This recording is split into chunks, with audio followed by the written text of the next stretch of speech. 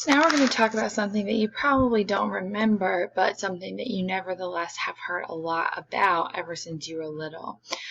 So the 9/11 attacks took place obviously on September 11th of 2001.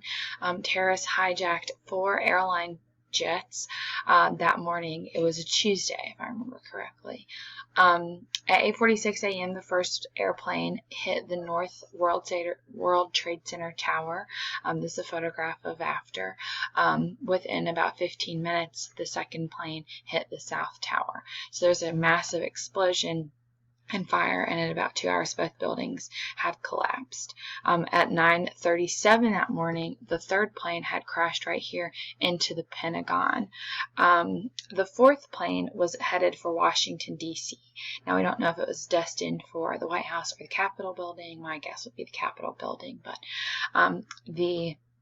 that was United Airlines Flight 93, and those passengers actually fought back against the hijackers and forced the plane to crash in an open field in Pennsylvania to prevent the deaths of any other people. So all in all, over 3,000 people were killed, making this the deadliest attack by a foreign enemy in United States history. Now, Osama bin Laden, who you see here on the right, who was the leader of Al-Qaeda, which was an Islamic terrorist network out of Afghanistan, took the credit pretty quickly. Their reasons for hating the United States have been, very much debated, but it's mostly because of the United States' presence in the Middle East and our alliance with Israel. Terrorist organizations had targeted Americans even before this, bombing the U.S. embassies in both Kenya and Tanzania in 1998. So this is going to immediately end the division of the United States after the 2000 election.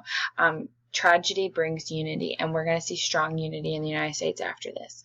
So the United States government will respond by declaring a war on terrorism. I'll talk more about that in a second, but it's going to begin in October with the United States and Great Britain starting to bomb the Taliban and Al-Qaeda, both terrorist organizations. And the Taliban will quickly collapse, and their leaders would be captured. Most of their leaders would be captured or killed. Osama bin Laden, on the other hand, would remain at large for another 10 years, finally caught in 2011, I do believe, if I remember right. Yeah, because that was the end of my sophomore year of college. So yes, I remember we were right in the middle of finals, so it was really crazy. Right after 9/11, we also found 5 people dead from letters containing anthrax. So everyone was at a really high paranoia moment. You could die just from going to work, going on a business trip, doing your job that day, opening your mail. So everyone was really freaked out and panicking. Stocks will plunge, travel will decline, a lot of airlines will go bankrupt. I still know people to this day who will not fly because of 9/11. So the country as a whole, psychologists have done a lot of research, and the country as a whole, everyone who is alive and capable of understanding what happened that day has actually suffered some level of PTSD from those events. And the people alive in New York at the time actually a whole different level of PTSD. So it's left a really long-lasting mark on our country, and I would say that it has really shaped us more than any other event in U.S. history. So the war on terror, there are quite a few things that happen here, but I want you to know about 3 things in particular. The first being the Usa Patriot Act. It's all caps because it is what's the word I'm looking for? It's an acronym. I can't remember what it all stands for. It's very long, but it's nicknamed the Patriot Act. So it signed into law on October 26th of 2001, a little over a month after the attacks.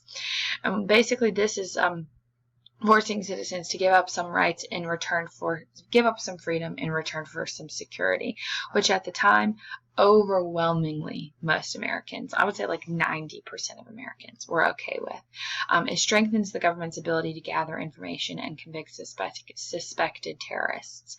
Since the signing of the Patriot Act, hundreds of terrorists have been charged and convicted off of information obtained through the Patriot Act. Now, the law has been controversial in more recent years. It did go under some re-examination by Congress in 2005, but it was left sort of edited just a little bit, but largely left in play. And then Obama has sort of edited it a bit himself, but left it in place still. The second thing you need to know is the axis of evil. The axis of evil is actually a phrase coined by President Bush, something he talks about in his 2002 State of the Union address.